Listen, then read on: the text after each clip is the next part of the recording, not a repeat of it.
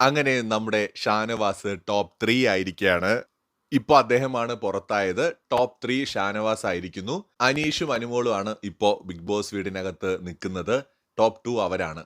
ഷാനവാസ് ആണ് പുറത്തായിരിക്കുന്നത്. ഈ സീസണിൽ ഞാൻ തുറന്ന് തന്നെ പലപ്പോഴും പറഞ്ഞിട്ടുണ്ട്.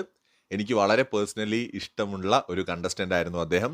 പക്ഷെ ഞാനത് എൻ്റെ റിവ്യൂകളിൽ കൊണ്ടുവരാതിരിക്കാൻ പരമാവധി ശ്രമിച്ചിട്ടുണ്ട്. അദ്ദേഹത്തിന്റെ ഭാഗത്ത് വീഴ്ചയെന്ന് വന്നപ്പോഴൊക്കെ അങ്ങേയറ്റം വിമർശിക്കേണ്ട സമയങ്ങളിലൊക്കെ നമ്മളത് ചെയ്തിട്ടുണ്ട്. ആ ഒരു ടാസ്ക് കൊളവാക്കിയതൊക്കെ ഇപ്പോഴും ഓർമ്മയുണ്ട്. പക്ഷേ സ്റ്റിൽ എനിക്ക് വളരെയധികം ഇഷ്ടമുള്ള ഒരു ഒരു കണ്ടസ്റ്റന്റ് ആണ് ഈ സീസണിൽ.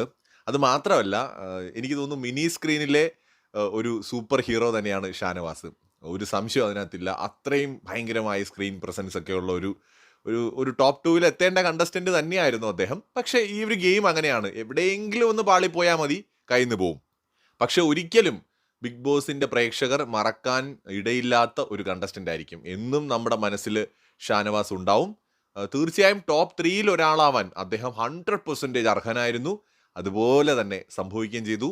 കൂടുതൽ അപ്ഡേറ്റ്സുമായി വീണ്ടും വരാം.